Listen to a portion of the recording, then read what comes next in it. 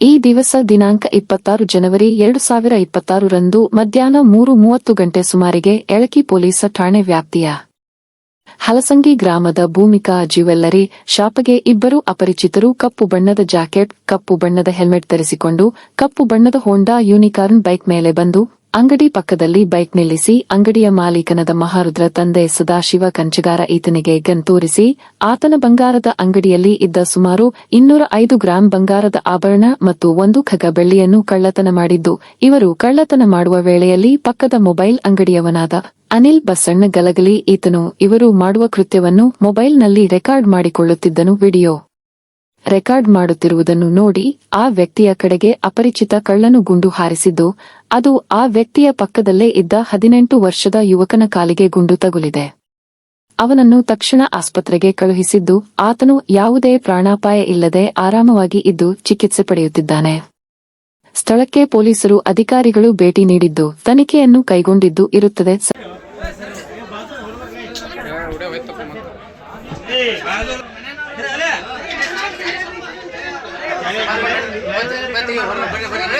ಕೆಲಸ ಏನಾಗಲಿ ಬಂದ್ ಮಾಡೋದು ನಡಿ ಹೊರ ನಡಿ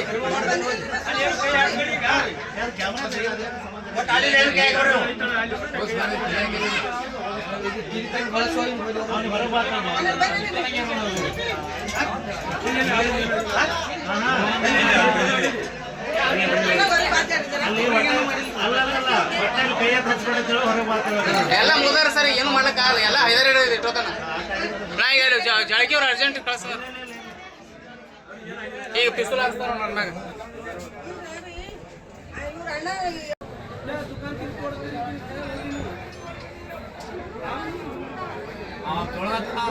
ಕಪ್ಪಗೋ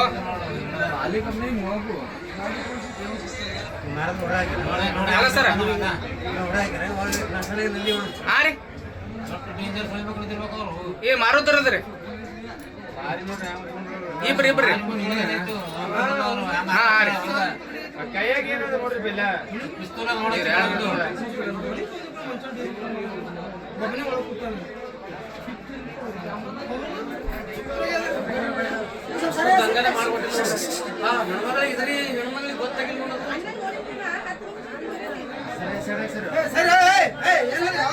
ಒಟ್ಟು ಇದನ್ಲೋ ಮರದ್ರ ಒಟ್ಟು ಇದನ್ಲೋ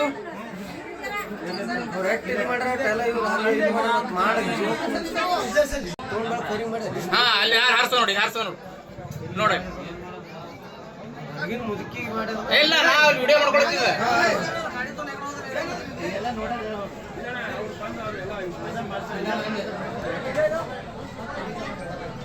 बनाले क्या कर रहे